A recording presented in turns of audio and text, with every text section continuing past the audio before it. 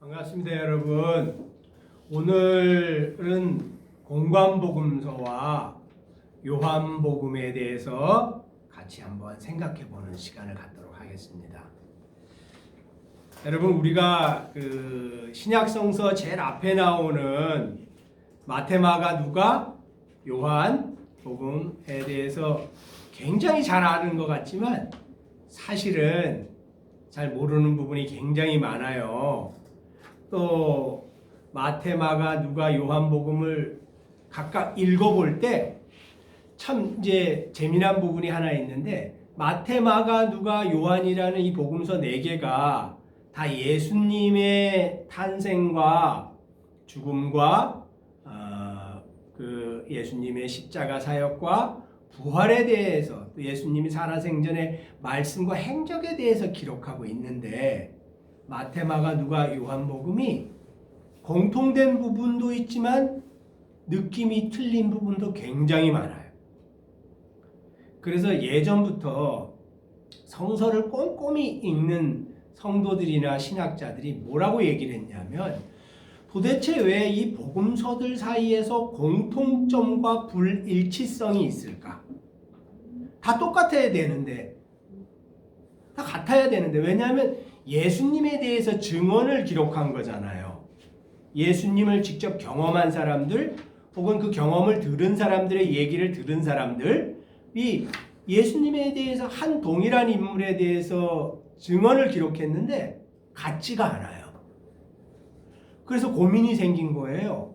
그렇다면 이 문제를 어떻게 이해해야 될까? 라는 고민이 생긴 거예요. 근데 사실 이제 제가 이 질문을 이렇게 던지면 우리 같은 일반 성도들은 뭐가 틀린지 잘 모르잖아요. 그래서 저희 형제님이 뭔 얘기하나 잘 이해를 못 하실 수도 있는데, 오늘 같이 생각해 보시고 가셔서 성경책을 한 2개 정도 구한 다음에 마태, 마가, 누가, 요한, 혹은 마태, 마가, 누가 이렇게 놓고 한 사건을 기록해서 3복음서에 혹은 4복음서에 다 기록된 사건들이 있거든요. 그걸 한번 읽어보세요. 비교하면서. 그러면은 그 글의 어떤 그 글의 문맥이나 글의 느낌이 같은 지점도 있지만 명백히 틀린 지점도 많아요. 그런 문제가 이 복음서를 읽을 때 첫 번째 해결해야 될 문제예요. 우리가 이 복음서 내에 각각의 어떤 단위의 문장들을 해석하고 그것이 무엇인가 교훈을 얻기에 앞서서 이 문제를 해결해야 돼요. 왜 성경사에서 이렇게 불일치성이 나타나는가? 이건 뭐라고 어떻게 생각해야 되는가? 그러면 이 사복음서 저자 중에 한두 사람이 가짜라는 거야? 잘못 기록했다는 거야? 라는 이 도전적인 질문을 신학자들이 제기하는 경우도 있지만, 세상에 있는 소위 안티크리스토교의 인문학자들이 성서를 비교해서 연구한 다음에 질문하는 경우도 굉장히 많아요.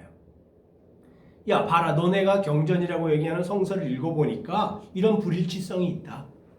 이거 어떻게 해결할 거냐? 라는 이런 질문을 하는 경우가 많아요. 근데 우리 성경이 정경이고 진리라고 믿는 성도들은 그런 부분에 대해서 아예 들어본 적도 없고 이해도 안 되고 공부를 해본 적도 없어요. 그 질문이 들어오면 대답을 못 하는 거예요. 뭔 얘기를 하는지를 아예 모르는 거예요. 이런 상황들이 많아요. 그래서 오늘 그 얘기로 먼저 한번 시작해 보겠습니다.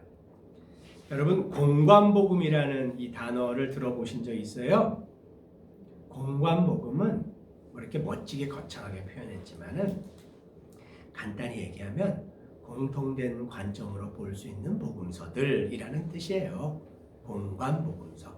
공관이라는 단어가 공통된다 할 때 볼 관자예요.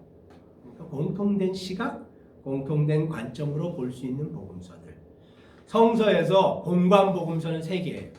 마태, 마가, 누가. 3개의 복음서예요. 그러면은 한 개의 복음서가 또 떨어져 있잖아요. 요한복음. 그거는 그냥 이렇게 통칭 지칭하는 그 호칭이 뭐냐면 제4복음서예요. 그래서 복음서를 나누면 세 개의 공관 복음서와 사복음서인 요한복음 이렇게 부른다. 이거는 이제 상식이니까 그냥 듣고 아시면 될 것 같아요. 그런데 우리가 이 복음서를 읽어보고 다 깨달은 거지만 마태, 마가, 누가복음과 요한복음은 완전히 분위기가 틀려요. 완전히 분위기가 틀려요. 마태, 마가, 누가복음은 간단히 말씀드리면 예수님의 행적과 예수님이 하신 일에 대한 기록이에요. 간단히 말씀드리면 마태, 마가, 누가. 근데 요한복음은 무엇에 대해서 집중적으로 기록했냐면 예수님이라는 분이 도대체 누군가에 대한 아주 긴 서술이에요. 그래서 조금 내용이 조금 틀려요. 그래서 마태, 마가, 누가복음은 읽기가 요한복음보다 읽기가 우리한테 친숙하다. 왜냐하면 이야기들이 들어가 있고 우리한테 친숙한 이야기들이 많이 들어가 있어요. 요한복음 읽어보셨죠? 요한복음은 우리가 읽기가 그렇게 친숙하지 않아요. 1장 1절부터 이게 뭔 얘기인지 잘 모르겠어. 자꾸만 생각해 봐야 돼. 그런 어떤 상이점이 있어요. 자, 우리 여기까지 잠깐 제가 서론 인트로덕션 도입부를 말씀드렸는데 혹시 여기까지 궁금한 점 있으면 질문하셔도 돼요. 혹시 궁금한 점 있을까요? 자, 그러면은 이제 다음으로 넘어가 볼게요. 그러면 여러분 마태, 마가, 누가복음은 어떻게 기록됐을까요? 마태, 마가, 누가복음. 제가 이런 질문 한번 드려볼까요? 여러분 마태, 마가, 누가복음은 기록자들이 성령의 감동을 받아서 앉은 자리에서 1장 1절부터 끝절까지 앉은 자리에서 한꺼번에 일필휘지로 싹 썼다. 이렇게 많은 성도들이 생각하시잖아요. 근데 이게 OX에서 뭘까요? X예요. X. 우리 성도들은 성령 하나님이 성서를 감동을 주셔서 기록하게 하실 때 한 자리에서 그 성서 기록자가 한 자리에서 그냥 한꺼번에 다 기록했다라고 굉장히 거룩하게 생각을 하시는데 사실은 그것은 적절하거나 균형 있는 생각이 아니에요. 그러면 마태, 마가, 누가 복음은 어떻게 기록됐을까요? 혹시 이런 거 생각해 보신 적 있어요? 마태, 마가, 누가 복음은 어떻게 기록됐을까? 일단 답을 드리면 마태, 마가, 누가복음 중에서 제일 먼저 기록된 글은 마가복음이에요. 예, 제일 빨리 기록됐어요. 마가복음이 제일 먼저 기록됐어요. 그래서 이게 공부 많이 하신 신학자분들은 뭐라고 얘기하냐면 마가복음 우선설이라고 이야기를 해요. 마가복음이 제일 먼저 기록됐다. 마가복음이 언제 기록됐느냐도 학자에 따라서 약간 그 연배 차이가 틀린데 AD 60년에서 70년 사이에 기록됐다라고 보통 얘기를 해요. 마가복음이 60년에서 70년 사이에 기록됐다. 여러분, 예수님이 돌아가신 게 30년 혹은 33년이라고 이야기하거든요. 그러면 그 30년, 33년에서 AD 60년 혹은 70년까지 예수님의 행적에 대해서 자세히 기록된 문서, 글은 사실은 없었어요. 그러면 그 사이에는 예수님의 행적에 대해서 어떻게 예수의 공동체에서 그 이야기들이 전승됐을까요? 말로 또 아주 좋은 답변이세요. 말로 또 좋은 그 방법이 있어요. 노래로. 노래. 뭐 우리의 그 거창한 표현을 얘기하면 찬송으로. 노래로. 말로. 노래로. 이야기로. 찬송으로 전승되다가 마가가 기록자 마가가 이 시기쯤에 더 이상 이거를 구두로 말로 노래로 이야기로 전승하면 안 되겠구나.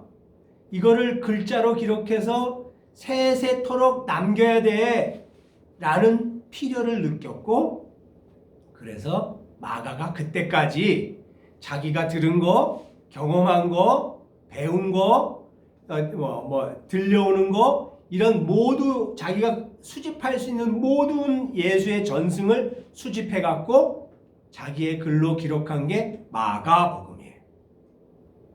마가복음 이해하셨죠? AD 70년에. 그래서 여러분, 마가복음은 이 4개의 복음서 중에서 가장 내용이 짧아요. 가장 내용이 짧아요. 그리고 군더더기가 별로 없어요. 글 자체가. 헬라어 기록하는 글 자체가 군더더기가 별로 없어. 뭐 묘사도 길게 안 해. 군더더기 제일 짧아요. 그리고 마가복음에 나오는 헬라어는 학자들이 쓰는 고급 헬라어가 아니고 그 표현이나 이런 것들이 일반인이 쓰는 헬라어 표현이에요. 마가복음. 그러면 여러분 생각해 보세요. 마가복음에 주로 기록되어 있는 내용은 뭘까요? 마가복음에 주로 기록되어 있는 내용은 뒤에서도 잠깐 얘기하겠지만 2가지예요. 하나는 예수님이 어떤 고난을 당하셨는지에 대해서 집중적으로 기록하고 있어요. 마가복음은. 그래서 마가복음을 읽어보면 다른 복음서랑 비교해서 마가복음을 읽어보잖아요. 예수님이 잡혀가는 과정, 채찍질 맞는 과정, 신문당하는 과정, 십자가에 달리는 과정, 달려서 죽는 과정에 대해서 너무 이렇게 상세하게 나와갖고 어떤 때는 보기가 마음이 아파. 너무 순환을 아주 적나라하게 기록해 놓고 있어요. 마가복음. 그리스도 메시아로 온 예수가 당한 고난을 아주 그 죽임당하는 어린 양으로서의 고난을 너무 적나라하게 기록하고 있어요. 또 하나 마가복음이 기록하고 있는 주 내용은 뭐냐면 제자들의 배신을 기록하고 있어요. 제자들의 실패, 배신을 기록하고 있어요. 도망가.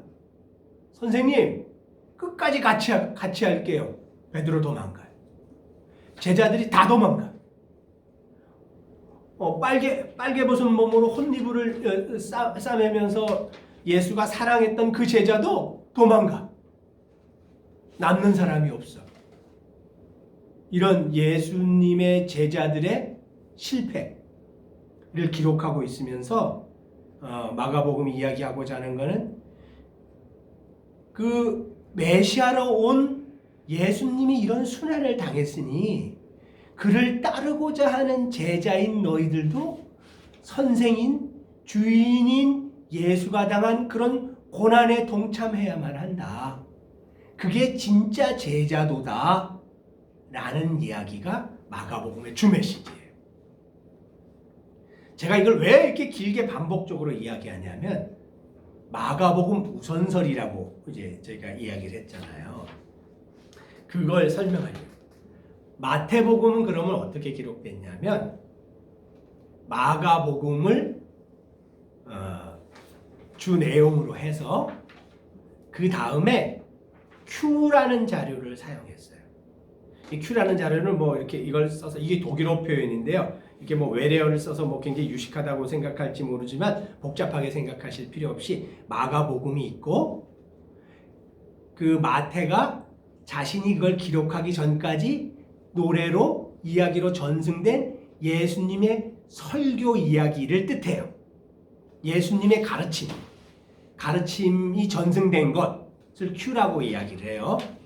그거에다가 마태가 모은 자신의 자료, 요 3가지를 모아서 기록한 것이 마태복음이에요.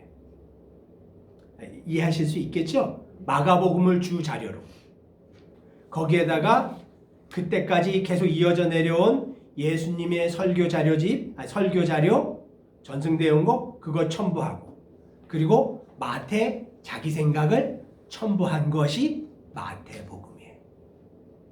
그러니까 이거 마태복음은 어떻게 볼 수 있냐면 수집하고 편집하고 자기 생각을 첨부한 것이 마태복음이에요. 우리가 생각한 것과 틀리게 성서가 기록되죠. 우리가 생각한 것은 마태가 어떤 골방에 들어가고 한 1장 1절부터 끝절까지 그냥 한꺼번에 냅다 썼을 거라고 생각하잖아요. 성서를 기록할 때. 근데 여러분, 성서는 그렇게 기록된 게 아니에요. 성서는 자료를 수집하고 그때까지 내려온 어떤 그 전통에서의 이야기들을 수집하고, 그리고 마태가 생각할 때 이 얘기는 꼭 해야 되겠네 라고 한 자기 생각을 첨부한 것, 이것이 마태복음이에요. 이해하실 수 있어요? 네. 그러면 누가복음은 어떻게 기록됐을까? 똑같아요. 마가복음을 모형으로 해서 그때까지 내려온 예수님의 설교의 전승, 예수님이 이렇게 말씀하셨네 하면서 그 기독교 공동체들이 막 그 노래로 부르고 이야기로 전승하고 했던 거에다가 누가 자기 생각을 집어넣어서 편집한 것, 누가복음. 제가 여러분 이렇게 얘기하면 어떤 분은 저한테 이런 질문을 하시더라고요. 집사님, 성경이 그렇게 기록됐다고 집사님이 말씀하시면 성서의 경건성과 권위성이 떨어지지 않습니까? 그래서 사람들이 성경을 막대할 거 아니에요. 성서를 우습게 생각할 거 아니에요. 이렇게 이제 저한테 질문하시는 분이 있었어요, 실제로.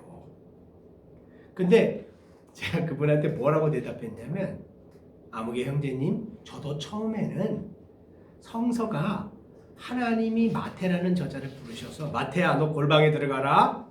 지금부터 내가 불러주면 너가 한자 적고, 불러주면 한 문장 적고, 불러주면 한 장 적고, 이렇게 해서 마태복음이 완성됐다고 생각했어요.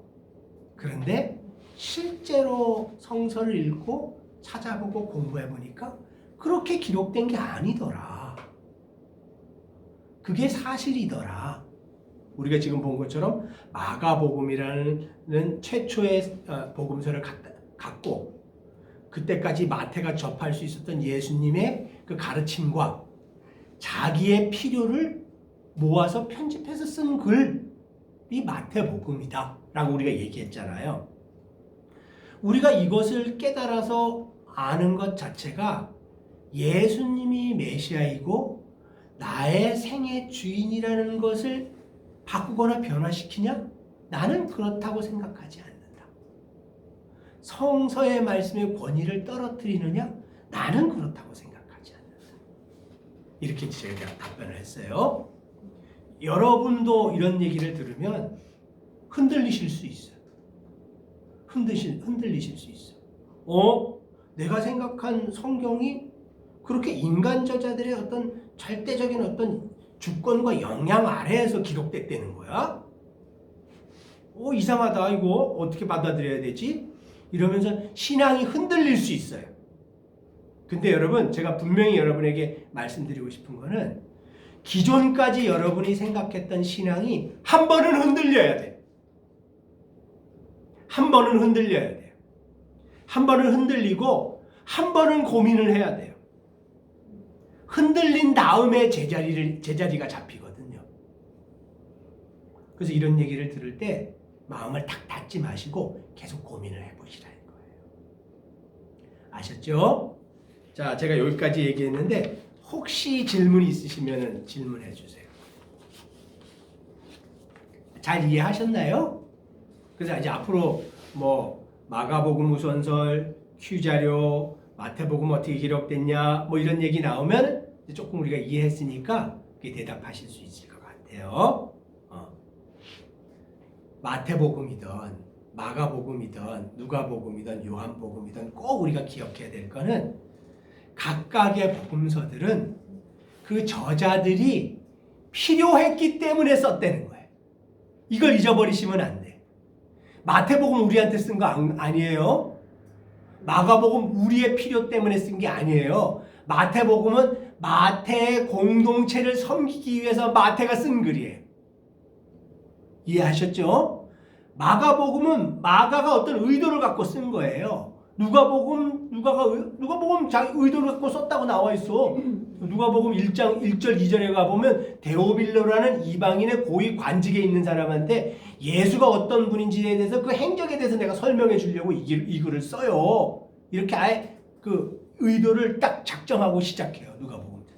그 누가복음 우리한테 쓰는 글이네. 이렇게 처음부터 그런 마음으로 읽으면 안 돼요. 우리는 제2, 제3 독자예요. 이해하셨죠? 그래서 마태가 마태 공동체에 뭔 얘기를 하려고 하지? 라는 걸 먼저 알아내야 돼요. 그걸 먼저 알아내야지 우리는 마태복음을 제대로 읽을 수가 있어요.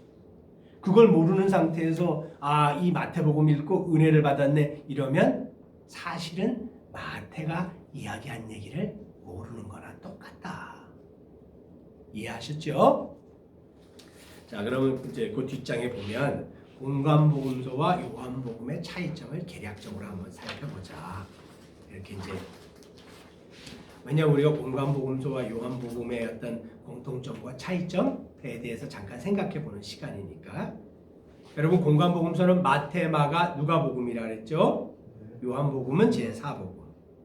첫 번째 공관복음서와 요한복음의 차이점 중에 중요한 것 첫 번째는 뭐냐면 공관복음서는 역사적인 예수에 대해서 기록하고 있어요. 여기서 역사적인 예수라는 건 뭐냐면 예수님의 실제 탄생, 예수님의 실제 삶, 실제적인 삶, 실제적으로 죽었던 사건, 실제적으로 몸으로 부활한 사건, 실제적으로 부활해서 예수의 제자들에게 목격된 사건, 실제적으로 예수님이 하신 말씀들 이런 것들을 주로 기록하고 있어요. 마태, 마가, 누가복음은. 그럼 우리가 읽어보니까 금방 이해하실 수 있겠죠? 예수님이 실제로 태어나서 왔다 갔다 하시면서 혹은 십자가에 달려 죽으면서 순환당하고 부활하시고 뭐 이런 거에 대해서 기록하고 있어요. 세계복음서는. 요한복음은 이런 역사적인 예수에 대한 기록이 미비해. 아주 없어요. 그래서 아주 극명한 차이가 나타나요. 그래서 우리가 요한복음을 읽기가 쉽지 않은 거예요. 실제적인 예수에 대한 글이 아주 적어요. 자, 두 번째, 공관복음서는 하나님 나라의 도래에 대해서 기록하고 있어요. 하나님 나라의 도래에 대해서 기록하고 있어요. 우리가 좀 이따가 각각의 복음서에 대해서 잠깐 설명할 텐데 이 하나님 나라에 대한 얘기는 그때 다시 한번 해요. 요한복음은 성령과 영생에 대해서 기록하고 있어요. 영생에 대해서 기록하고 있어요. 근데 여러분 한번 생각해 보세요. 이 당시에 이 각각의 복음서를 받아들이는 그 공동체들에게 하나님 나라라는 이 단어나 성령이라는 단어나 영생이라는 단어는 이거는 이렇게 표현하면 미안해. 이거는 한 번도 생각해 보지 못했던 개념들이에요. 이분들이. 우리는 복음서에 이게 써 있으니까 그래도 좀 친숙하잖아요. 그런데 영생이라는 단어는 이들에게 한 번도 생각해 보지 않았던 개념이에요. 친숙하지 않은 개념이에요. 성령? 친숙하지 않은 개념이에요. 이걸 어떻게 이해해야 되는지 모르는 개념이에요. 사실 성령이나 영생은 지금 교회 시대가 수천 년 진행된 우리에게도 사실 익숙한 개념은 아니잖아요. 제가 죄송해요. 어떤 분들에게 영생이 뭡니까? 이렇게 질문 드리면 거듭난 분인데도 막 대답하시기가 힘들어 하시는 분들이 많아요. 성서에 나와 있는데 아예 답이 딱 나와 있어요. 요한복음에 영생이 무엇인지 문자적으로 답이 나와 있거든요. 그 얘기는 이제 뒤에 조금 더 하고요. 공관복음은 예수님의 이적과 기사에 대해서 기록하고 있어요. 그래서 예수님의 능력, 신적인 능력, 메시아 그리스도로서의 능력 이런 것들을 막 발현하는 예수님에 대해서 기록하고 있는데 요한복음은 예수님이 보여주시는 표적에 대해서 기록하고 있어요. 이 표적이라는 건 뭐냐면 예수님이 그리스도다라는 증거로서의 표적. 그래서 예수님을 대적하는 예수님을 대적하는 유대 율법 교사들이 질문을 해. 예수님한테. 너가 그리스도라는 표적 그거 말고 딴 거 없니? 라고 자꾸만 표적을 보여달라고 얘기를 해요. 예수님이 뭐라고 해요? 너희들이 참 악하구나. 이렇게 질책하세요. 요한복음에 이제 그런 장면. 예수로서 표적을 보여달라. 세상이 나에게 표적을 요구하네. 그 예수님이 뭐라고 대답하시나요? 요나의 표적 외에는 보여줄 게 없다. 이렇게 말씀하시죠. 자, 그 다음에 공관복음은 아까 말씀드린 대로 예수님의 삶과 행적에 대해서 기록하고 있다. 요한복음은 예수님의 정체성에 대해서 기록하고 있다. 예수님이 누군가에 대해서 기록하고 있는 요한복음. 그러니까 생각해보면 요한복음이 예수님의 정체성에 대해서 기록하고 있다는 것은 요한복음의 요한 공동체는 혹은 요한이 이 편지를 쓴 이유는 예수님의 정체성에 대한 문제나 도전이 발생했다는 뜻이에요. 그 반대로 뒤집어 보면 아주 이해하기 쉬워요. 이 초대교회에서 요한이 이 편지를 쓸 때는 예수님의 정체성에 대한 도전이나 혼란이나 문제가 막 발생하기 시작할 때, 그래서 이걸 글로 남겨야 되겠네 라고 생각하고 요한이 쓴 거예요. 간단히 얘기하면. 자, 그래서 요한복음에 가보면 나는 뭐뭇이다 라는 표현이 나와요. 나는 포도나무다. 나는 뭐다. 이런 표현이 계속 나와요. 예수님 스스로 자기 정체성에 대해서 정의하고 고백하시는 거죠.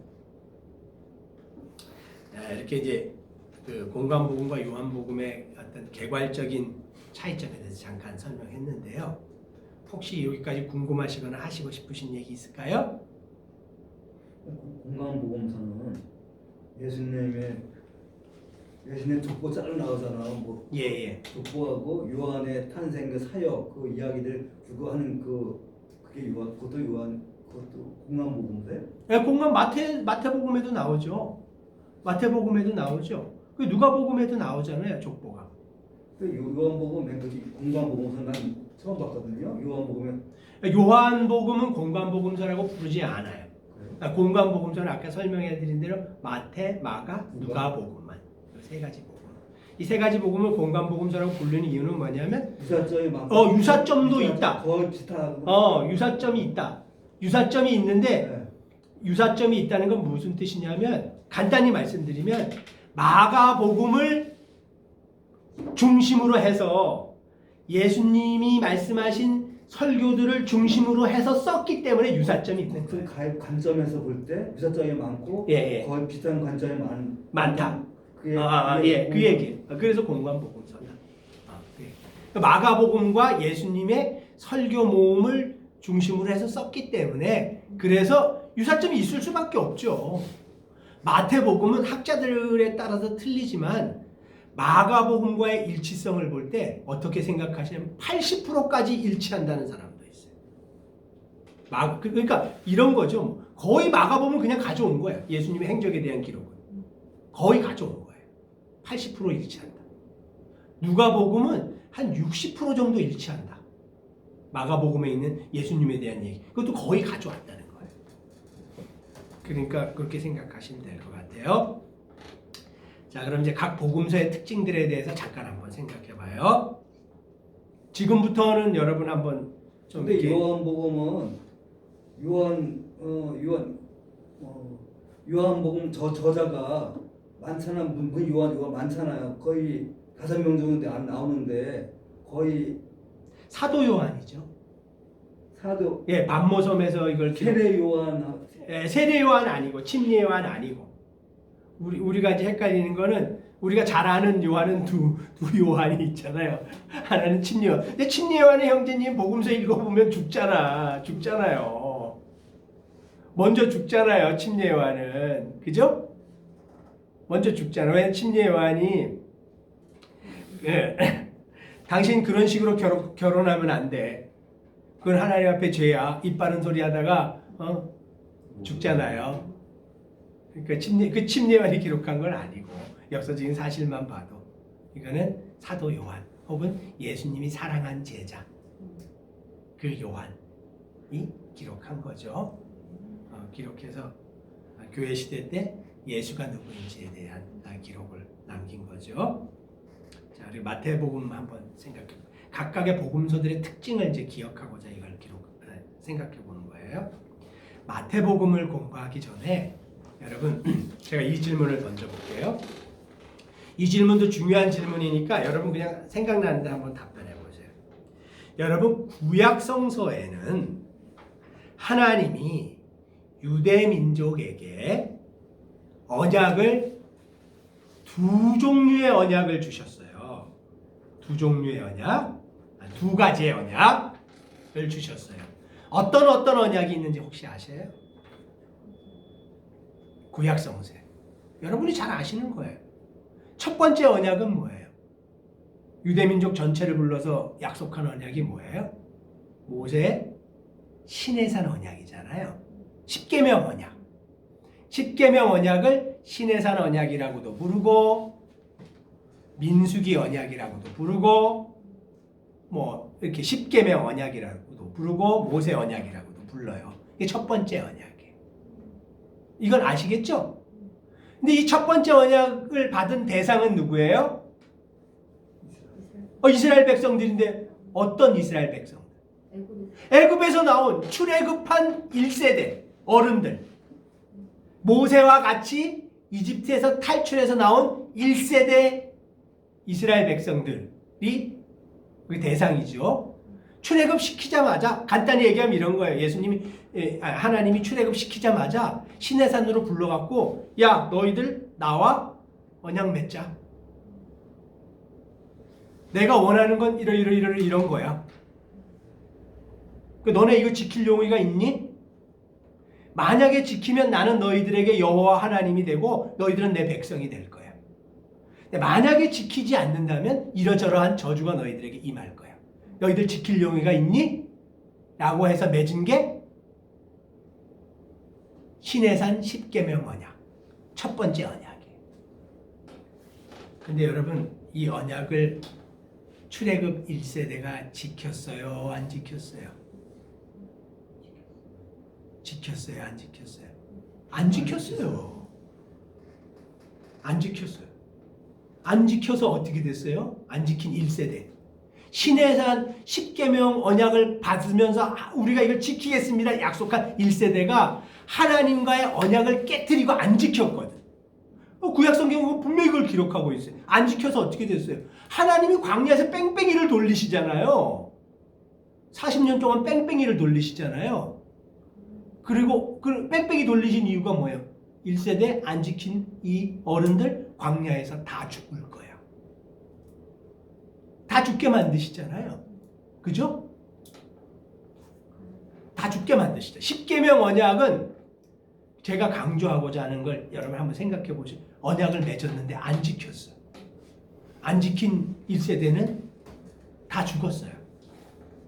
그리고 하나님이 애 관도라 유대민족 약속 안 지키니까 그러면은 뭐 암몬 족속이나 뭐 다른 족속으로 해봐야지 이렇게 마음을 바꾸시는 분이 아니에요. 그래서 하나님이 두 번째 언약을 또 시도를 해. 유대의 혈통, 유대민족의 혈통에. 그게 뭐냐면 신명기 언약이에요. 신명기 언약은 언제 주어졌냐면은 신명기서 맨 끝장에 가면 모세가 죽잖아요.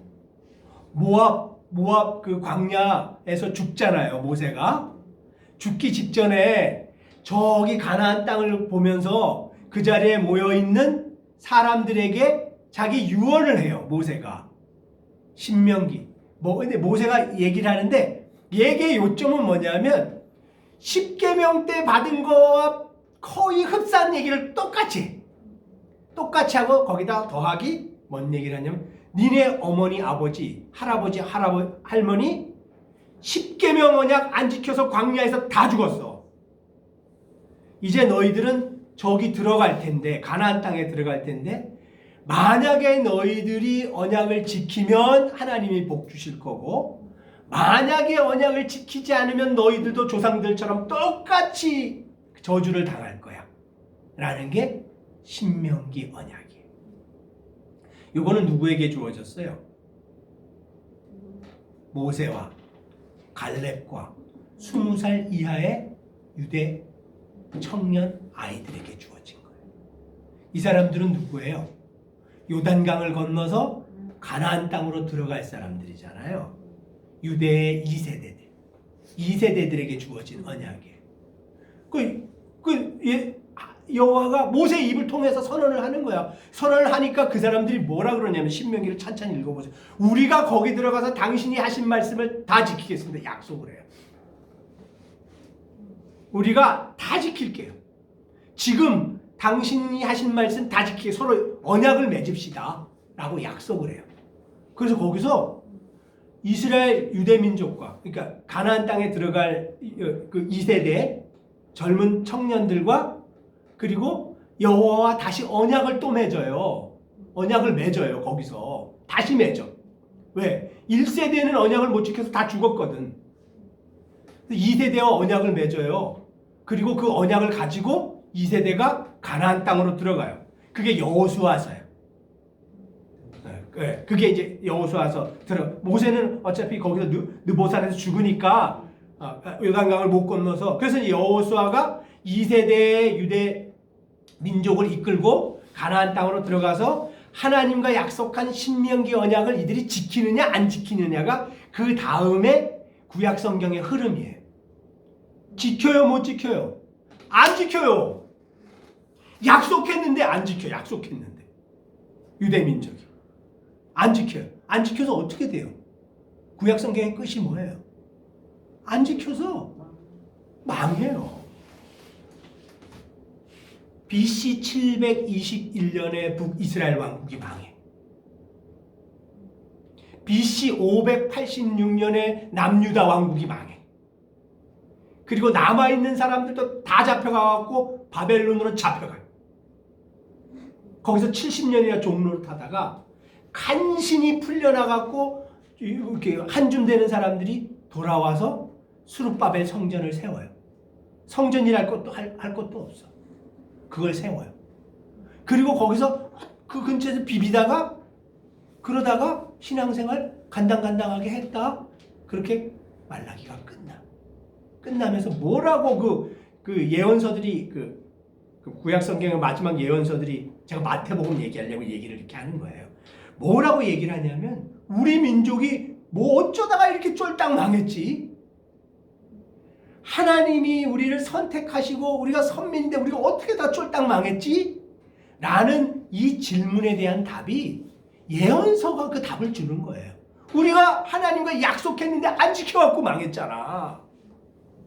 우리가 이렇게 언약을 맺었는데 안 지켜갖고 우리 1세대는 이렇게 죽고, 또 하나님이 한 번 더 기회를 줘갖고 이렇게 2세대가 신명기 언약을 맺었는데 가나안 땅에 들어가서 안 지키고 쫄딱 망해갖고 포로 생활하다가 지금 이 모양 이 꼴이 됐잖아.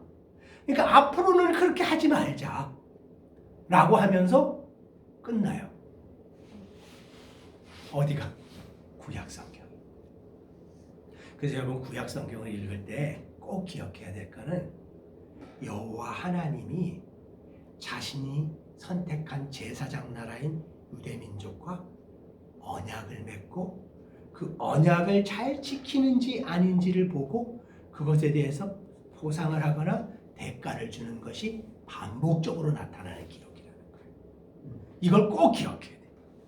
구약 성경의 어떤 작은 단위의 사건들에서 이렇게 감동을 받기에 앞서서 구약 성경이 교회 시대에 왜 주어졌는가?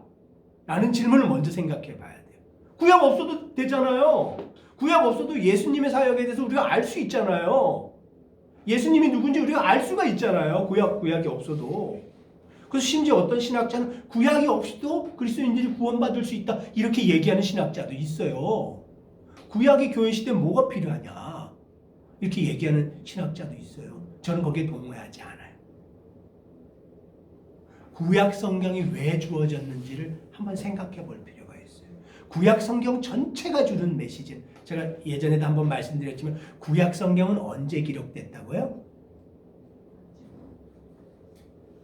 구약 성경은 바빌론 포로기 말기나 바벨론 포로에서 벗어나서 에스라 느헤미야 시절 포로기에서 귀환된 직후에 기록됐어요.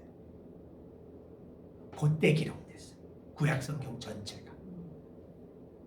구약성경 전체가 그때 기록됐어요. 대부분 다. 그리고 받는 사람들도 그 당시에 있었던 사람들이 이 구약성경을 받는 거예요. 바벨론 포로기에 있는 중에 혹은 포로기에서 풀려나서 막 망한 자기 나라에 돌아온 사람들에게 구약성경이 주어진 거예요. 하나님의 은혜로. 그러면 그 사람들이 어떤 상태인데요? 완전히 망한 상태잖아요. 처절히 학살당한 상태거든. 그런 사람들에게 이 구약성경이 주어졌다고 한번 생각해봐요. 그럼 구약성경 자체가 질문을 던지는 거죠. 우리는 왜 망했지? 우리가 어쩌다가 이 모양 이 꼴이 됐지? 라는 아주 굉장히 아픈 질문을 던지는 게 구약성경의 주 포인트예요. 구약성경 기록의 주 포인트예요. 하나님과 언약을 맺은 백성이 하나님이 선택한 하나님의 백성이라 하더라도 그들이 그 언약을 지키지 않으면 이렇게 처절하게 망한다. 라는 게 구약성경의 주제예요. 그렇게 끝나요. 라는 게 구약성경의 주제예요. 그 다음에 신약성경에 나오는 첫 번째가 뭐예요? 마태복음이잖아요. 그죠?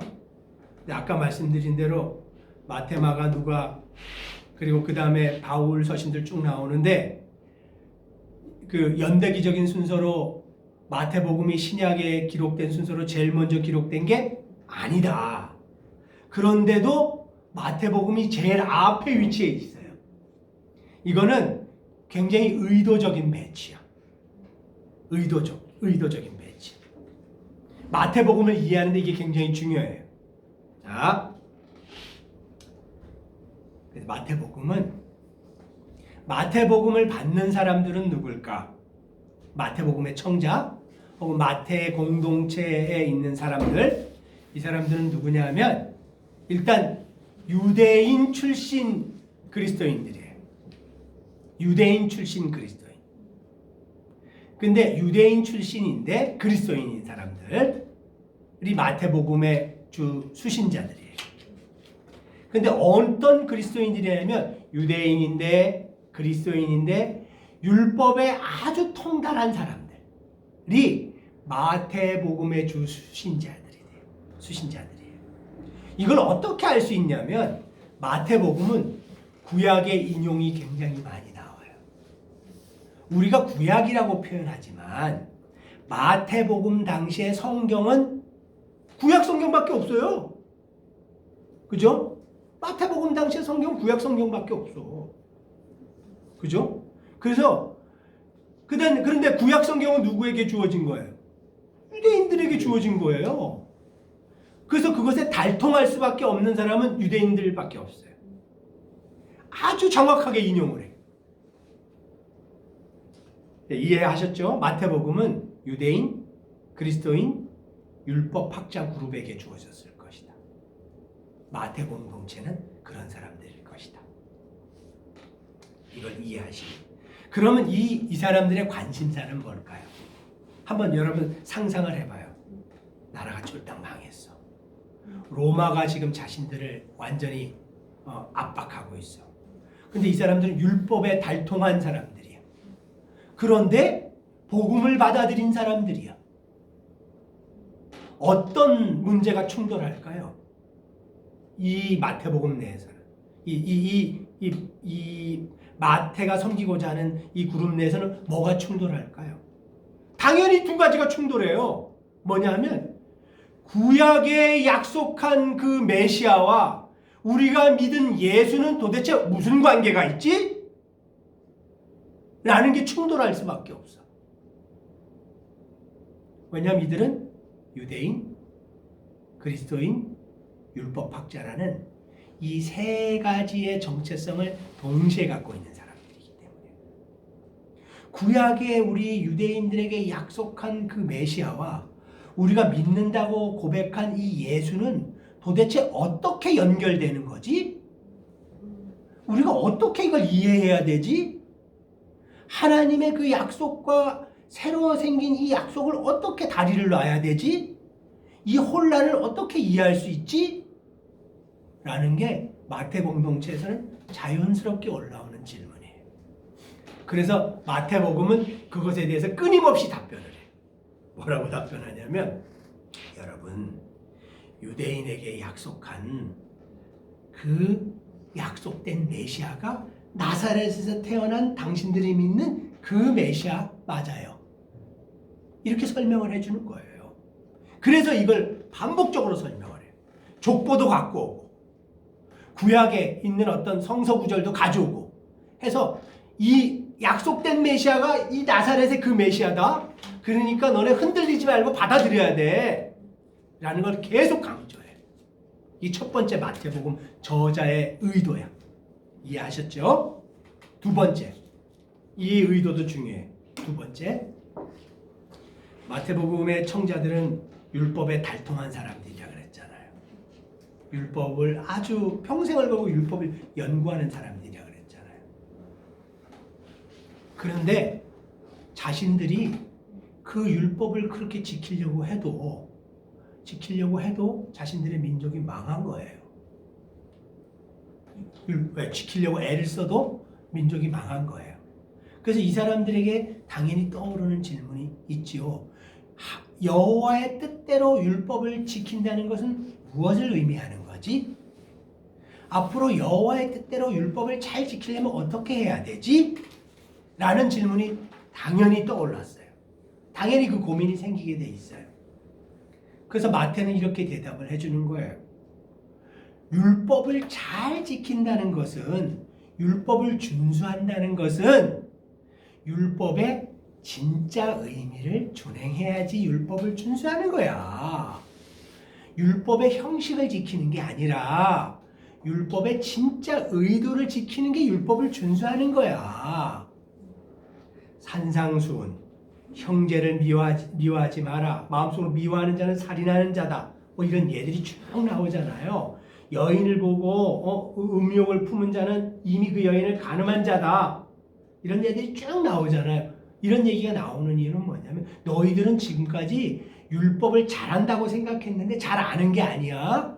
율법을 제대로 잘 알고 진짜로 지키는 것은 그 여호와가 율법을 주신 참 내용, 참 뜻을 잘 지킬 때 그게 달성되는 거야.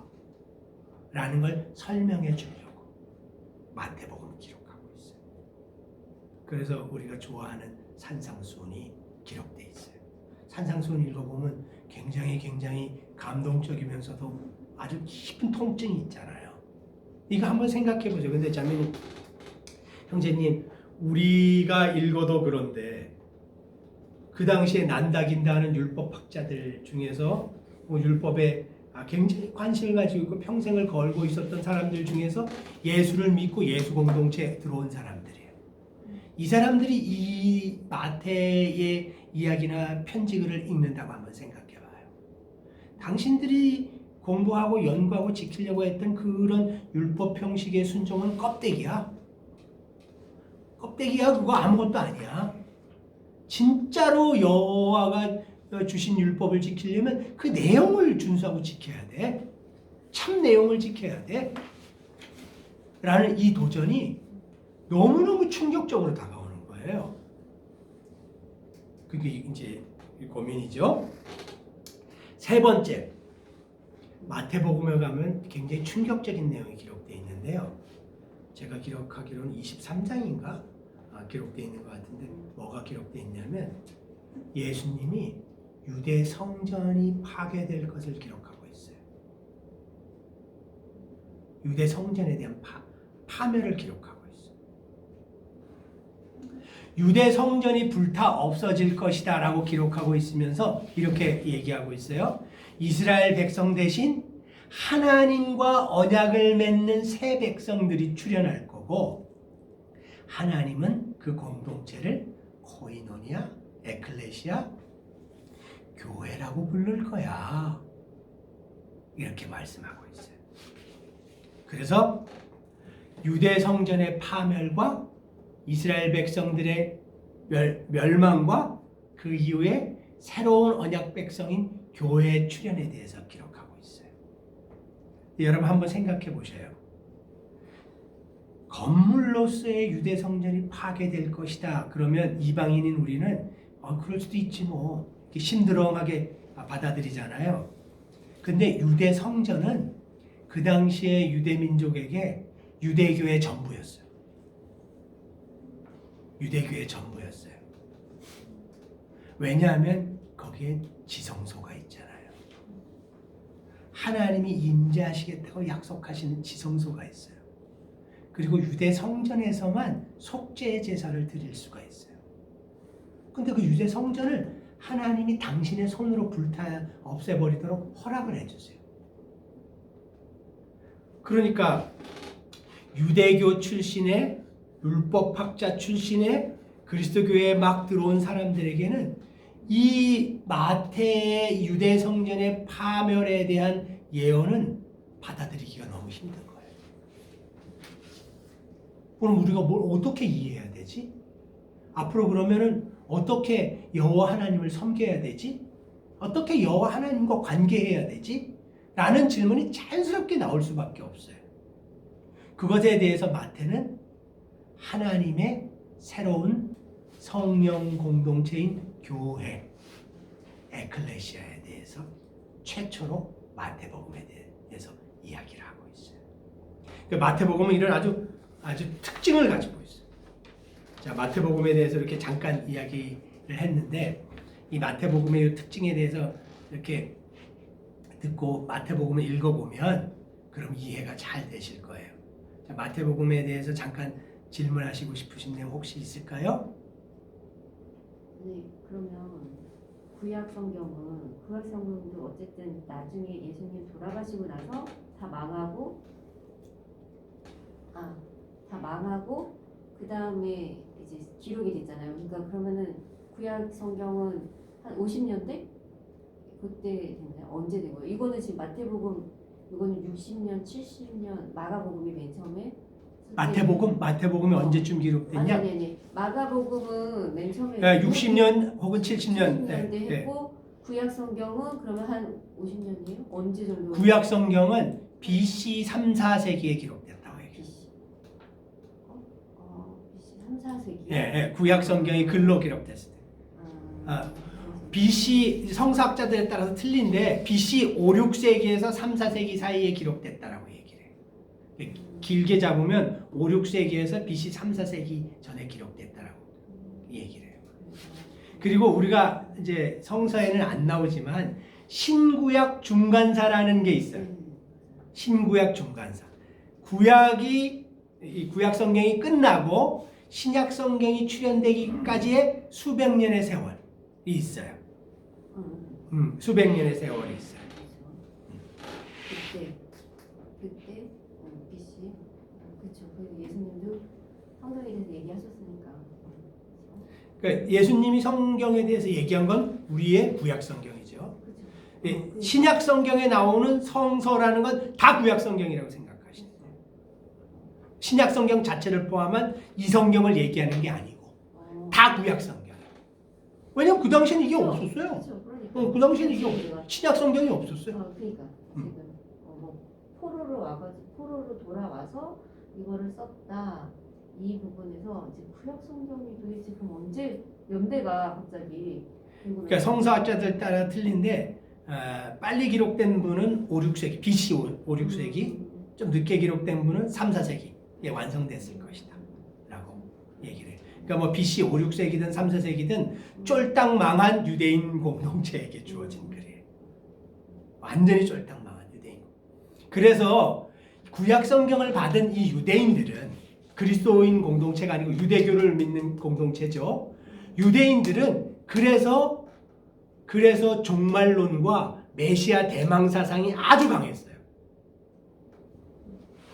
이 세상에 뭐 볼 게 없는 거야. 자기들 힘으로 뭐 할 게 없는 거야. 그래서 종말론이 굉장히 강하고요. 종말 사상이.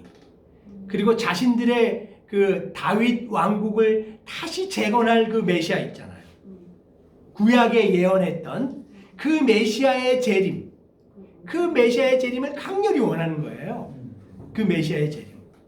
그런데 한번 생각해 보세요. 완전히 망한 공동체의 메시아의 그 자신들의 다윗 왕국의 어떤 이 재건으로서 오신 메시아가 저기 근본도 없고 아무것도 아닌 거의 비천한 출신의 나사렛 예수가 약속된 메시아자 구원자라고 자신을 선포하고 다니는 거예요.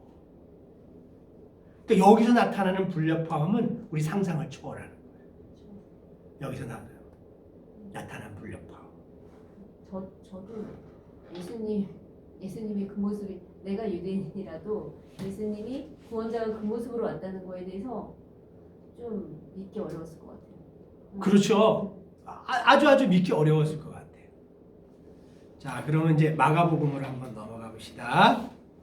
아까 마가복음을 우리가 알 때 기억해야 될 거는 가장 최초로 기록된 복음서다. 두 번째는 예수님의 순환에 대해서 적나라하게 기록하고 있다. 고난당하신 종으로서 예수님의 고난과 죽음과 부활에 대해서 자세히 기록하고 있고, 이것을 자세히 기록한 이유는 뭐냐면 그분을 따르는 제자들도 그분의 고난에 동참해야 된다. 그분 배반하고 도망가지 마라. 그러면 제자라고 할 수 없다. 라는 제자도 자체를 강조하려고 기록했다. 근데 제가 아까 이런 말씀 드렸잖아요. 요한복음 빼놓고 세 복음서에 모액이 되는 게 마가복음이다 라고 말씀드렸잖아요. 그래서 복음서가 이야기하는 게 뭐냐, 한 가지만 골라봐라 라고 얘기하면 마가복음이 강조하려고 하는 것을 잡으면 제일 안전해요. 마가복음이 뭘 강조하나요? 기존의 종교와 세상에서 미움받고 거부당하고 죽임당하는 메시아에 대해서 증언하고 있어요. 마가복음이. 그리고 똑같이 기존의 세상에서 미움받고 거부당하고 죽임당하는 그를 따르는 제자도에 대해서 이야기하고 있어요. 그래서 만약에 신약교회 공동체가 예수를 따른다는 게 도대체 뭘 뜻하는 겁니까? 라는 질문 앞에서 예수 믿고 천당 가는 거예요, 이렇게 대답하잖아요. 그럼 완전히 빵점짜리 대답이에요. 예수 믿고 나중에 주님이 오실 때 상급 받는 거예요, 이렇게 대답하잖아요. 완전히 빵점짜리 대답이에요. 100점짜리 대답은 뭐냐면 먼저 순환당하신 그 주님처럼 나도 복음을 위해서 그 뒤의 길을, 제자의 삶을 살아가는 것, 이것이 복음서가 가르치는 핵심적인 내용이에요. 붙잡는 게 정답이다. 이걸 잊지 마셔요. 마가복음을 기억할 때 제자도, 예수님의 순환과 제자도를 꼭 기억해 주세요. 자, 마가복음에 대해서 혹시 하시고 싶으신 얘기 있을까요? 없으면은 3번 누가복음. 누가복음의 특징은 뭐냐면 두 가지를 기억하시면 돼요. 첫 번째, 약자, 병든 자, 소외당하는 자, 가난한 자들을 향한 열려있는 복음에 대해서 강조하고 있어요. 누가복음은 특별히 가난하고 병들고 사회에서 소외된 아웃사이더들에 대해서 따뜻한 시선을 갖고 복음에 대해서 복음의 문을 열어놓고 있어요. 이걸 꼭 첫 번째 기억할 것. 두 번째는 이방인과 이방 세계를 향해서 복음을 전파해야 한다. 그렇기 때문에 예수란 이런 존재이다 라는 것에 대해서 기록했다 라는 서술을 하고 있어요. 이 두 가지가 누가복음을 기억할 때 꼭 기억해야 될 부분이에요.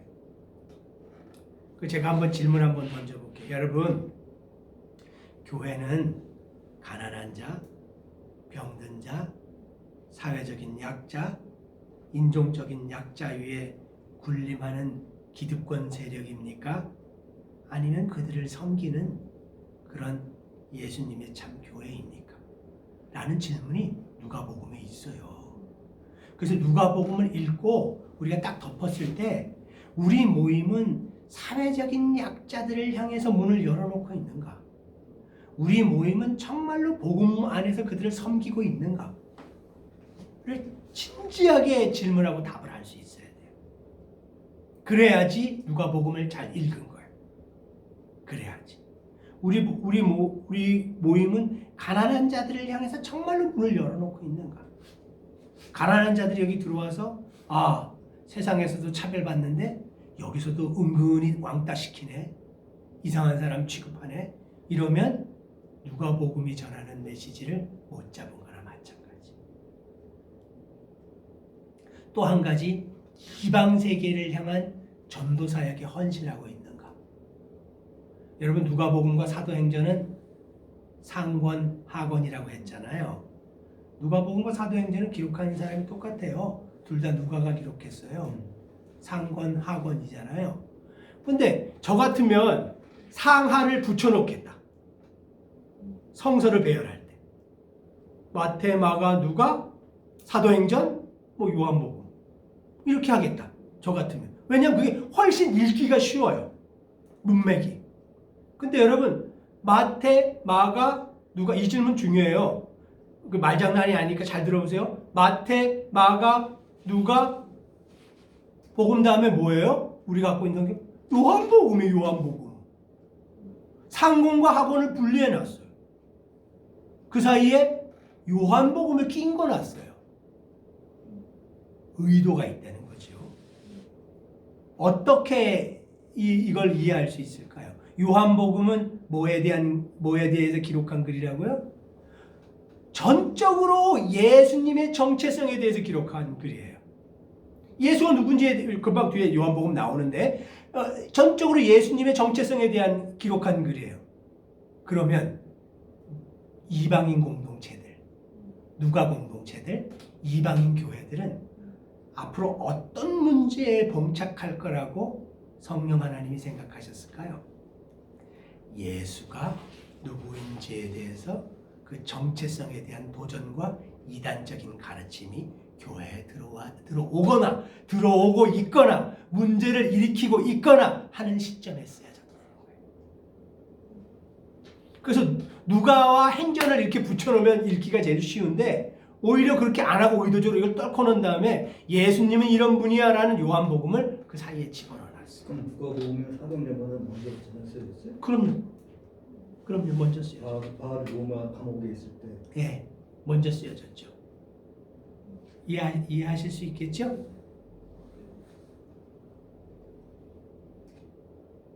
누가복음은 바울이 쓴 게 아닌데 누가가 쓴 건데. 누가 그 당시에 바울 로마 감옥 생활할 때. 예. 자, 누가복음에 대해서 이해하셨어요? 질문하실 거 있으면 질문해 주세요. 궁금한 거 있으면 왜냐하면 이거를 저희가 다시 리바이벌 할 기회는 없기 때문에 궁금한 거 있으면 한번 말씀해 주세요. 자, 그럼 요한복음으로 갈까요? 요한복음은 복음서 중에서 제일 마지막에 기록된 복음서예요. 성서학자들에 따라서 좀 틀린데 기록 연대가 아무리 빨리 잡아도 90년은 아니고요. 아무리 빨리 잡아도 100년 혹은 110년, 길게 잡으면 120년까지 잡는 성서학자들도 있어요. 그러니까 보통 AD 100년 그 뒤쪽에 기록됐다라고 이해하시면 돼요. 이 연대를 이해하는 게 왜 중요하냐면 AD 100년이면 그 당시에 산재되어 있던 교회 공동체들에게는 중요한 두 가지의 문제가 생기기 시작했어요. 첫 번째는 뭐냐면 1세대 제자들이 거의 다 죽었어요. 예수님을 쫓아다니는 1세대 제자. 당연하죠. 예수님은 30년, AD 30년이나 33년에 돌아가셨고 그리고 그 이후에도 100년이라고 잡으면 거의 70년의 세월이잖아요. 그러니까 순교를 당하던 자연사를 하던 대부분 다 돌아가신 거예요. 예수님과 실제로 제자이었던 분들이 대부분 다 돌아가시고 지금 남아있는 분은 누구예요? 예수님 사랑한 사도 요한 요 한 분밖에 없어. 실제로 1세대의 제자는. 이 곤란한 문제가 있었고요. 또 하나 곤란한 문제가 뭐냐면 신약교회 공동체에서 예수님을 주님으로 영접한 일반 성도들이 자연사하기 시작하는 거예요. 죽어요. 한번 생각해 보세요. 30년 혹은 40년 혹은 50년 정도의 복음이 전파됐다고 가정을 해봐요. 그걸 믿었던 사람들이 AD 100년 정도에 나이가 차서 죽는 거예요. 그 당시에는 지금보다 평균 연령이 굉장히 낮았어요. 평균 수명이. 그 사람들이 성도들이 죽는 거예요. 성도들이 죽으면 교회 공동체 무슨 근본적인 질문이 나오냐면은 예수님이 약속한 그 예수님의 재림은 어떻게 되는 거지? 그리고 미리 이렇게 죽는 성도들은 도대체 어떻게 되는 거야? 라는 질문이 교회 공동체에서 자연스럽게 나오기 시작했어요. 그래서 이것에 대해서 답을 바울 서신이 답을 하고 있잖아요. 그죠? 하나님 나라 안에서 먼저 잠자는 성도들에 대해서 바울 서신에서 답을 하고 있잖아요. 그러니까 이게 굉장히 현실적인 필요에 의해서 기록된 글이라는 걸 알 수 있어요. 또 한 가지 요한복음이 기록될 시기에 중요한 어떤 도전이 있었는데 그게 뭐냐면 아까 말씀드린 대로 신약교회 공동체 안에 예수의 정체성과 관련해서 이단적인 가르침들이 들어오기 시작했어요. 잘못된 사상들이 들어와서 교회들을 흔들기 시작했어요. 그래서 요한은 자기가 자기를 볼 때 나이도 많이 먹었어. 자기랑 같이 사역했던 많은 동료들은 이미 주님의 나라로 갔어요. 그리고 자신이 앞으로 열릴 그 이방 교회의 어떤 그 미래를 이렇게 생각해 볼 때 가장 중요한 게 뭐냐면 예수님이라는 분은 도대체 어떤 분인가에 대해서 예수의 정체성에 대해서 분명히 기록할 필요가 있다. 그리고 이것을 기록해서 신약교회 공동체들이 회람하고 정확히 알 필요가 있다. 그래야지 교회 공동체 안에 들어오는 예수님 정체성과 관련되어 있는 헬라적인 혹은 이방적인 도전과 가르침을 물리칠 수 있을 것이다. 라는 이 필요 때문에 요한복음을 기록했어요. 이 당시에는 요한복음 기록 당시에는 교회가 영지주의에 막 공격을 받기 직전이에요. 이원론의 공격을 받기 직전이에요. 그 필요에 의해서 기록된 거예요. 헬라 철학의 그 그리스 철학의 공격을 받기 직전이에요. 그래서 요한복음을 보면 이 두 가지를 이야기하고 있죠. 첫 번째는 예수님은 삼위일체 중에 한 분이시며 아들이시자 여호와 하나님이시다. 라는 걸 끊임없이 강조하고 있죠. 이분은 아들이시자 하나님 그분 자체다. 예수님은. 또 하나 요한복음이 강조하는 건 뭐냐면 예수님은 영으로만 온 게 아니고 육신과 영 같이 오신 분이다. 라는 걸 계속 강조하고 있어요. 이걸 강조했다는 건 제가 아까 반대로 생각해 볼 수 있다는 거잖아요. 반대로 생각해 볼 수 있다. 이게 아니라는 어떤 도전이나 유혹이 교회 공동체 안에 던져진다는 거예요. 예수님은 그냥 영혼으로만 오신 분이야. 영으로만 오신 분이야. 그래서 예수님이 이 땅에서 십자가에 달려 죽은 거 있잖아. 그냥 영으로만 혹은 인간의 몸을 살짝 빌려서 그 행위를 한 거기 때문에 고통을 안 당하시는 거야. 부활한 것도 그냥 영혼이 부활하시는 거야. 이런 가르침들. 교회 안에 들어오는 거죠. 가현설. 근데 이 요한은 뭐라고 끊임없이 얘기하냐면 예수님은 분명히 육신으로 태어나셨다. 육신으로 죽으셨다. 육신으로 부활하셨다. 육신으로 다시 오실 것이다. 라는 걸 끊임없이 강조해요. 그리고 마지막 요한복음이 강조하는 것은 부활하신 예수님 그 이후에 예수님은 성령으로서 하나님의 사람들과 동행하시고 생명을 누리게 하신다 라는 걸 강조하세요. 성령과 영생에 대해서 말씀하세요. 당연하죠. 왜냐하면 예수님이 올라가셨어요. 그러면 남아있는 교회 공동체는 하나님과 동행하는 것, 하나님 안에서 영생을 누리는 것, 하나님 안에서 하나님의 생명을 누리는 것, 도대체 뭘 어떻게 해야지 누리는 거야? 도대체 뭘 어떻게 해야지? 율법 죽었다고 말씀하시고 유대 율법 지키는 거 아니야? 할례 받는 거 아니야? 그럼 뭐 도대체 뭘 어떻게 하라는 거야? 정확히 얘기하시죠. 말씀과 성령의 인도하심에 순종하는 것이 그것이 곧 영생이자 하나님과 동행하는 하나님 나라의 다스림을 받는 길이다. 이렇게 요한복음은 강조하고 있어요. 그래서 요한복음이 세 개의 복음서보다 읽기가 좀 힘들어. 자, 여기까지 우리가 잠깐 정리했는데 궁금하신 거 있으면 말씀해 보세요. 요한복음.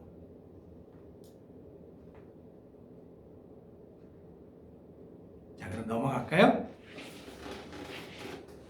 자, 뒷페이지에 보면 마태복음의 예수라는 이 정리본에 보면 그 두 번째에 기록한 글을 한번 봐주세요. 마태복음에는 하늘나라라고 표현되어 있어요. 다른 공관복음서에는 하나님 나라라고 표현되어 있어요. 근데 뭐 이제 이렇게 표현되어 있지만 공관복음서에서 우리가 꼭 잊지 말고 기억해야 될 중요한 몇 가지의 개념들이 있는데요. 그것에 대해서 설명하려고 이렇게 놨어요. 첫 번째는 뭐냐면 하나님 나라란 도대체 뭐냐? 두 번째 장에 있는 거요? 예, 하나님 나라란 도대체 뭐냐? 마태복음의 예수 하나님 나라란 도대체 뭐냐? 라는 거를 꼭 기억할 필요가 있어요. 여러분, 하나님 나라에 대한 유대인들의 이해는 뭐 어떤 거였는지 혹시 아셔요? 하늘나라 혹은 Kingdom of God, 그분의 나라 혹은 메시아 왕국에 대한 유대인들의 어떤 이해는 어떤 거였을까요? 그래서 상상해 보는 거예요. 아니 구약 성경에도 나오듯이 다윗이 그 태평성대를 이뤘던 그런 유대 나라 이스라엘이었잖아요. 그러니까 그 하나님의 나라라는 게 그 구세주가 자기네들을 되게 이렇게 태평성대를 누리면서 살게 하는 그런 메시아를 기다리면서 그게 이루어지는 게 맞아요. 아주 정확히 표현하셨어요. 메시아라는 존재가 와서 실제로 로마 제국과 같은 왕국을 세워주는 거예요. 그들이 생각하는 그분의 왕국, 실제로 왕국을 세워주시고 그분이 통치자로서 통치하시면 자신들은 그분의 왕국의 신민으로서 다른 이방 민족들을 통치하시면서 창조자의 뜻을 전파하는 이런 왕국. 실제로 지상에 임하는 어떤 제국과 같은 왕국. 이 그들이 생각한 하늘나라, 하나님 나라의 어떤 모형이었어요. 유대인들이 생각한. 그런데 공관복음서에서 얘기하는 하나님 나라는 어떤 개념이에요? 그런 어떤 정치 경제적인 조직이 아니에요. 정치 경제적인 조직이 아니고 공관복음서에서 얘기하는 하나님 나라는 어떤 거냐면은 예수님을 통해서 우리에게 주신 성령이 사람들의 내면에 들어가서 통치하시는 왕국을 뜻해요. 이해하셨죠? 유대인들이 생각하는 그 하나님 나라는 물질적이고 정치적이고 경제적이고 눈에 보이는 왕국, 군사적인 왕국이었다면 하나님 나라, 하늘나라는 예수님을 주님으로 받아들인 사람들 내면과 그 관계 속에서 일어나는 그 내면의 통치, 삶의 통치로 일어나는 그 왕국을 뜻해요. 그래서 공관복음서에서 선포한 나라는 두 번째 나라예요. 두 번째 나라. 그러니까 보여요, 안 보여요? 안 보여요. 근데 실존해요, 안 해요? 실존해요. 어디에 실존해요? 이 땅 위의 삶에 실존해요. 누구 속에 실존해요? 예수를 주님으로 믿고 고백하고 주님께 충성을 약속한 자들의 삶 속에 실존해요. 하나님 나라. 그러니까 이 엄청난 차이가 있는 거예요. 그래서 아까 이런 말씀 드렸잖아요.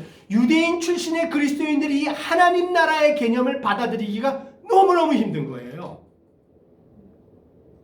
너무너무 힘든 거예요. 이 하나님 나라에 너희들이 말씀과 성령의 진정한 통치에 순종해야지 그것이 곧 그분의 나라다 라는 이 개념을 받아들이기가 너무 힘든 거예요. 이 충돌이 있었어요. 공관복음서 내에는 끊임없이 이 충돌이 벌어져요. 이 충돌은 여러분 그때만 벌어져요? 지금도 벌어지고 있어요.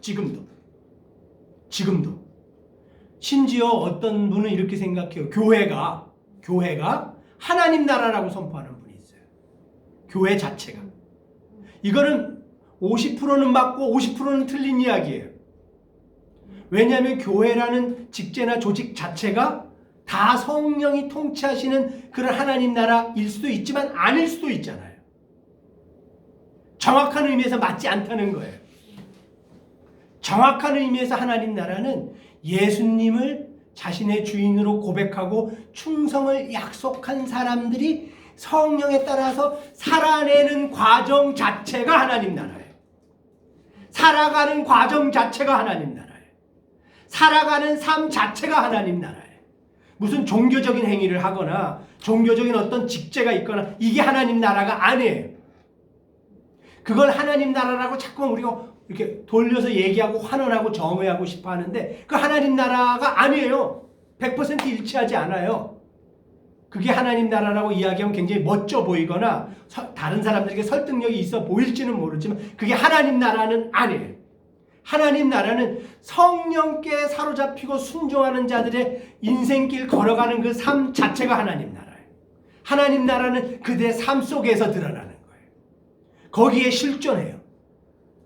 그래서 진짜로 하나님 나라의 백성들에게 당신이 그분 나라의 백성입니까? 라고 물어보면요. 그들은 정확히 대답해요. 네, 저는 그 나라의 백성입니다. 라고 자신 있게 대답해요.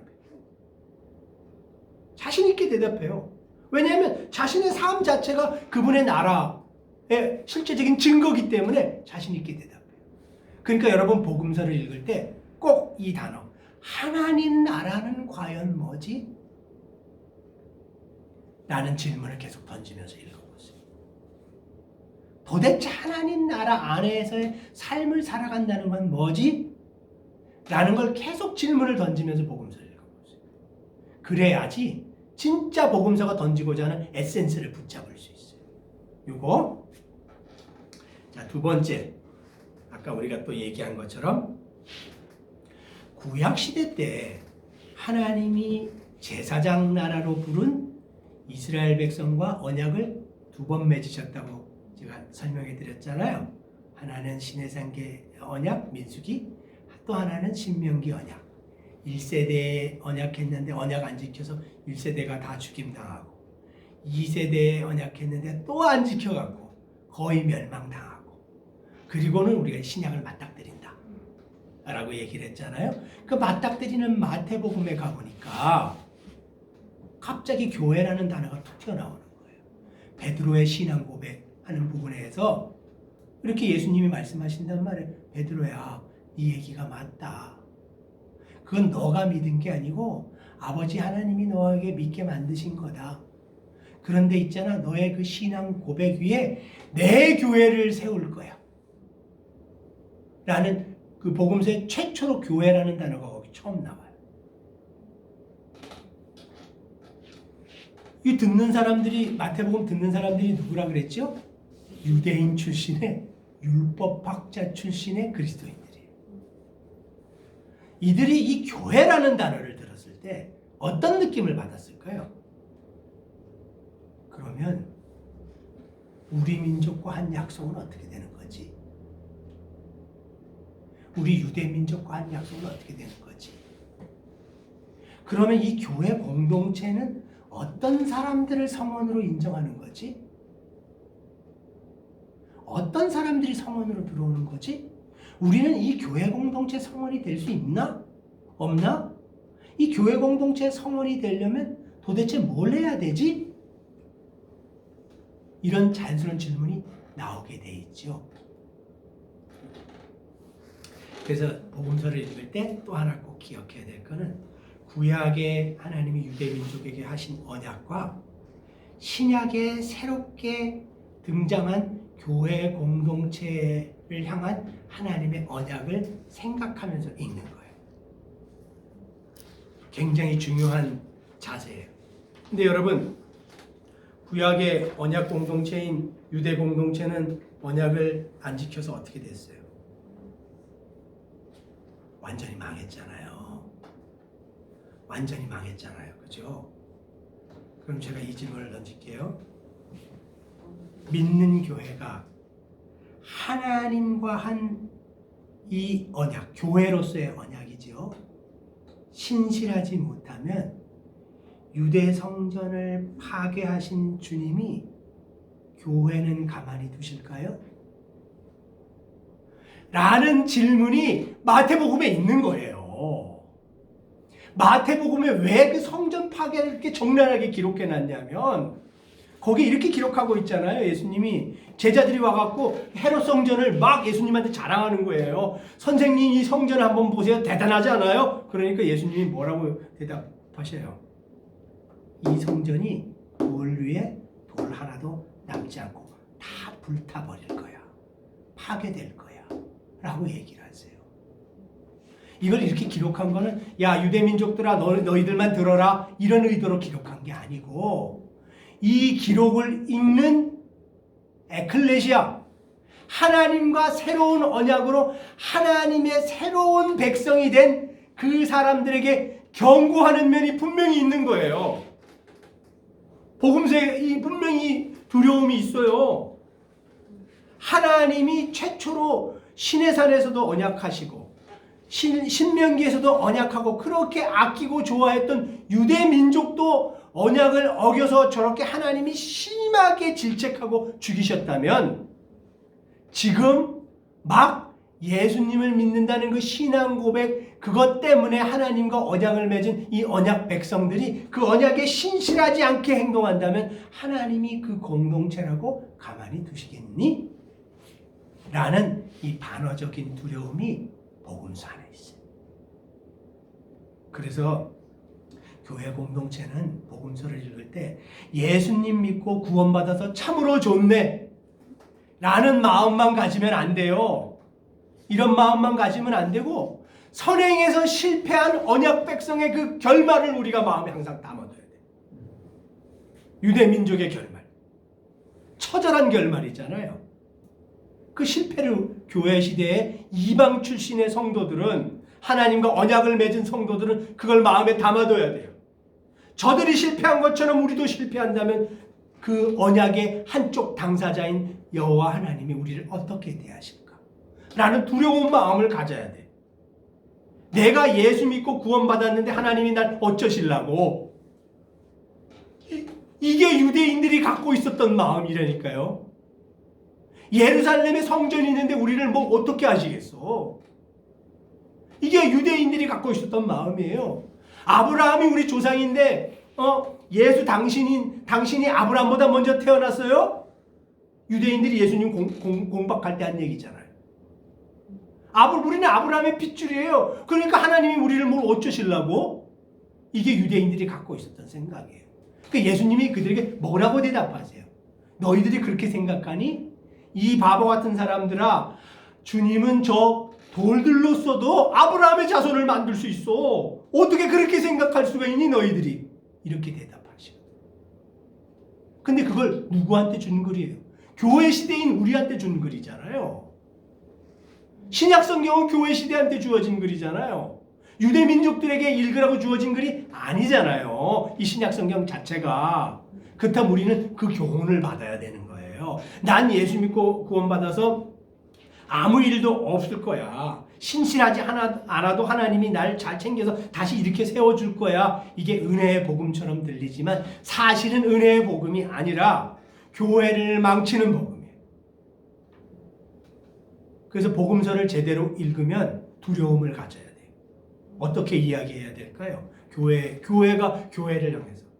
성도 여러분, 그렇게 신실한 여호와 하나님이 저 유대인들에게도 저런 대가를 치르게 하셨는데 언약을 깨뜨린 자들에게 우리 같은 자들도 만약에 하나님 앞에 중심을 어기고 언약을 깨뜨리면 가만히 두시겠습니까? 라는 방식으로 복음서를 읽어야 된다. 읽을 때 이거 한번 생각해 봤으면 좋겠어요. 자, 그 다음에 뒷장으로 넘어가서 이제 계속 얘기한 거고요. 7번에 보면 이런 얘기도 있어요. 나더러 주여 주여 하는 자마다 다 천국에 들어가는 것이 아니요 다만 하늘에 계신 내 아버지의 뜻대로 행하는 자라야 들어가리라. 이런 표현이 있잖아요. 여러분, 이 표현을 어떻게 받아들이셔요? 어떻게 받아들이셔요? 이런 본문 맞닥뜨릴 때 그냥 없었던 걸 생각하고 그냥 눈 꽉 감고 지나가야지 뭐. 왜냐면 우리가 기존에 알고 있었던 교리가 잘 안 맞아. 해결할 방법이 없네. 나중에 여러분 로마서의 이신칭이, 갈라디아서의 이신칭이, 야고보서의 행함이 없는 죽은 믿음에 대해서 언제 한번 같이 생각해보는 시간을 가졌으면 좋겠어요. 자, 그 다음에 11번 누가복음의 예수는 아까 이제 제가 말씀드렸죠. 약자를 향해 열려있는 하나님의 나라, 이방 세계를 향해 열려있는 하나님의 나라에 대해서 기록하고 있다. 요한복음의 예수, 요한복음의 예수에 있어서 여러분에게 꼭 하고 싶은 질문이 있어요. 자, 여러분 제 질문을 던지는 거니까. 그래서 여러분, 영혼만을 강조하는 기독교는 참 기독교예요, 가짜 기독교예요? 가짜 기독교예요. 왜냐하면 요한복음이 그 얘기를 하고 있어요. 요한복음이 영혼과 육신의 전일적인 복음에 대해서 얘기하는 게 진짜 기독교지. 육신의 삶이 없는, 육이 없는, 삶이 없는 영혼의 구원을 얘기하는 이 기독교가 진짜 기독교 아니다라고 요한 자체가 증언하고 있어요. 그런데 현대 기독교는 뭐라고 얘기를 해요? 영혼의 구원을 얘기를 해. 이거는 인식하지 못한 상태에서의 발언이라 하더라도 잘못된 표현이에요. 진짜로 요한복음이 얘기하고자 하는 바는 뭐냐면 영과 육의 구원이에요. 영과 육의 전일적인 구원. 왜요? 예수님의 부활이 영혼만 부활한 거 아니야 라고 요한이 기록하고 있잖아요. 예수님은 영혼과 육신이 같이 부활한 거야 라는 게 요한복음의 기록이잖아요. 예수님은 영혼이 십자가에 달려 죽은 게 아니야. 예수님은 영혼과 육신을 다 갖고 있는 인간으로서 고통당하면서 돌아가신 거야 라고 요한복음이 얘기하고 있잖아요. 그런데 왜 요한복음을 읽으면서 우리는 육신이 없는, 삶이 없는, 현실이 없는 구원만 이야기하냐고요. 우리가 갖고 있는 복음은 이거예요. 우리가 이 땅에 살면 뭐 어떻게 살든 그럭저럭 살다가 죽어서 하나님 나라에서 영원히 상급받고 구원받는 것, 이렇게 표현하잖아요. 이거 여러분, 이렇게 표현은 죄송해요. 가짜 복음일 가능성이 많고 잘못된 복음일 가능성이 많아요. 그래서 진짜로 요한복음을 제대로 읽었다면 이렇게 질문을 해야 돼요. 참 기독교는 영과 육이 하나가 된 전일적인 인간의 구원에 대해서 질문을 던져야 된다는 거예요. 전일적인 인간의 구원에 대해서 질문을 던진다는 건 어떤 의미일까요? 육신이 겪는 삶들 있잖아요. 먹고 마시고 돈을 벌려고 일하고 아이를 낳고 병에 걸려서 고통받고 사람들과 관계 맺고 그러다가 때가 되면 죽음을 맞고 하는 이 인생 전체에 대한 의미를 부여해 주는 것이 진짜 복음이라는 거예요. 이해하셨죠? 제가 이 질문을 던지는 뜻을 이해하셨어요? 그래서 여러분이 붙잡고 있는 그 복음의 메시지가 여러분이 육신을 갖고 살아가는 그 삶의 답을 못 주잖아요. 삶의 지침이 못 되잖아요. 갈 길을 못 보여주잖아요. 그럼 그건 가짜 복음이에요. 요한복음이 하는 얘기가 그 얘기예요. 영생은 아버지 하나님과 그의 아들 예수 그리스도를 아는 것이다 라고 이야기하고 있어요. 영생은 하나님과 그의 아들 예수 그리스도를 아는 것이다 라고 이야기하고 있어요. 여기서 아는 것은 관계를 갖고 경험하고 동행하고 체험하면서 조금씩 알아가는 걸 뜻해요. 영생은 우리가 죽은 다음에 저기 저 나중에 올라라에서 영혼이 아득한 흰 옷 입고 아득히 살아가는 그런 상태를 뜻하는 게 아니라 영생은 성령 하나님의 뜻에 따라서 우리가 하나님이 어떤 분인지 예수님이 어떤 분인지를 현실의 삶에서 순종함으로 하나둘씩 알아가는 과정, 이것을 영생이다 라고 요한복음이 이야기하고 있어요. 이게 하나님 나라다 라고 이야기하고 있어요. 그래서 현실에서 육신을 갖고 주님께 순종하는 순종의 삶에 대한 이야기가 빠진 상태에서 당신의 영혼이 나중에 큰 상급을 받을 거예요. 영혼이 나중에 어떻게 될 거예요 라고 하는 얘기는 반쪽짜리 복음이거나 잘못된 복음. 요한복음은 그걸 지지하고 있지를 않아요. 요한복음을 기억할 때 꼭 이것을 생각해 주셨으면 좋겠어요. 예수님은 진짜 몸으로 오셨다. 예수님은 영혼과 육신의 전일적인 나사렛 예수, 그 인간으로 십자가에 달려 죽으시고 인간으로 십자가에서 수욕을 당하시고 인간의 몸으로 부활하셨다. 이게 진짜야.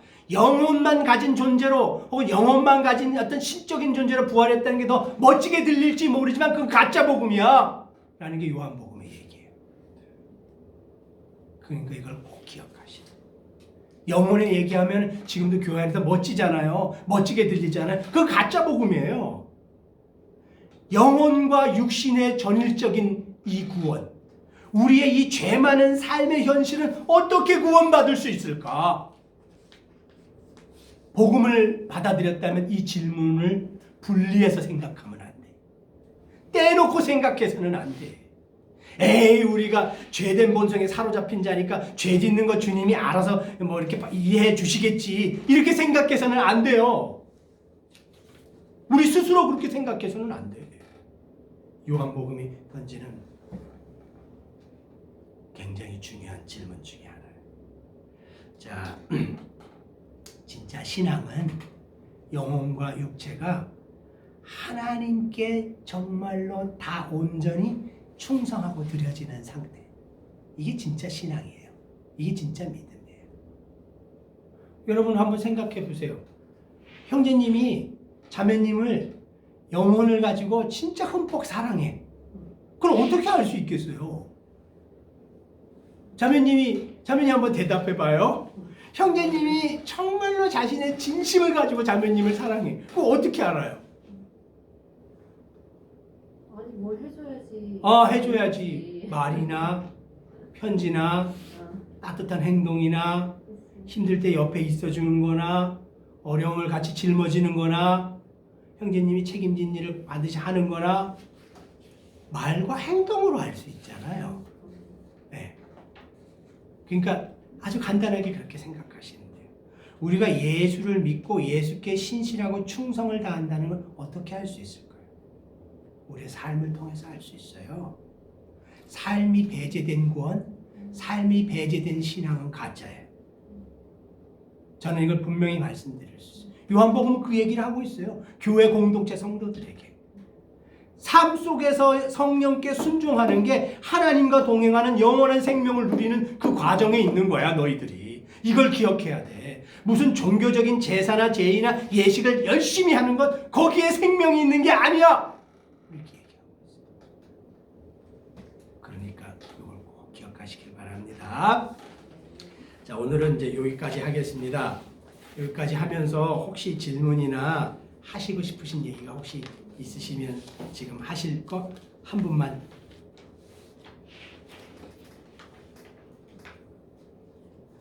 없으시면은 긴 시간 동안 같이 해주셔서 감사합니다. 그럼 우리 소자매님이 마치는 기도 좀 해주세요. 하나님 아버지 감사합니다. 저희들에게 귀한 말씀을 통하여서 저희들이 어떻게 살아가야 되는지 더욱 길을 찾아갈 수 있도록 인도해 주시니 감사합니다. 하지만 하나님, 저희들이 너무나 또 말씀 앞에 설 때마다 저희들이 연약함과 부족함과 저희들이 죄가 하나님 앞에 기억나서 저희들이 참 두렵고 떨리는 마음으로 마음이 앞섭니다. 하나님 아버지, 그 마음을 주님께서 불쌍히 여기시고 저희들이 삶이 진짜 저희가 두려워하지만 하나님 그것이 주님 의지하고 나아갈 때 이루어질 수 있다는 것을 주님께서 저희들 삶에서 체험하게 하시고 인도하여 주시길 하나님 앞에 다시 또 한번 기도하게 됩니다. 하나님 아버지, 이 어렵고 힘든 시기에 하나님 아버지 저희들이 주님을 믿음으로 인하여서 이것들을 극복하고 나아갈 수 있으며 하나님 아버지 그 말씀에 힘입어서 부족하지만 그거에 조금이라도 부응하며 살아갈 수 있도록 주님 인도해 주시옵소서. 감사드리며 예수 그리스도의 이름으로 기도했습니다. 아멘.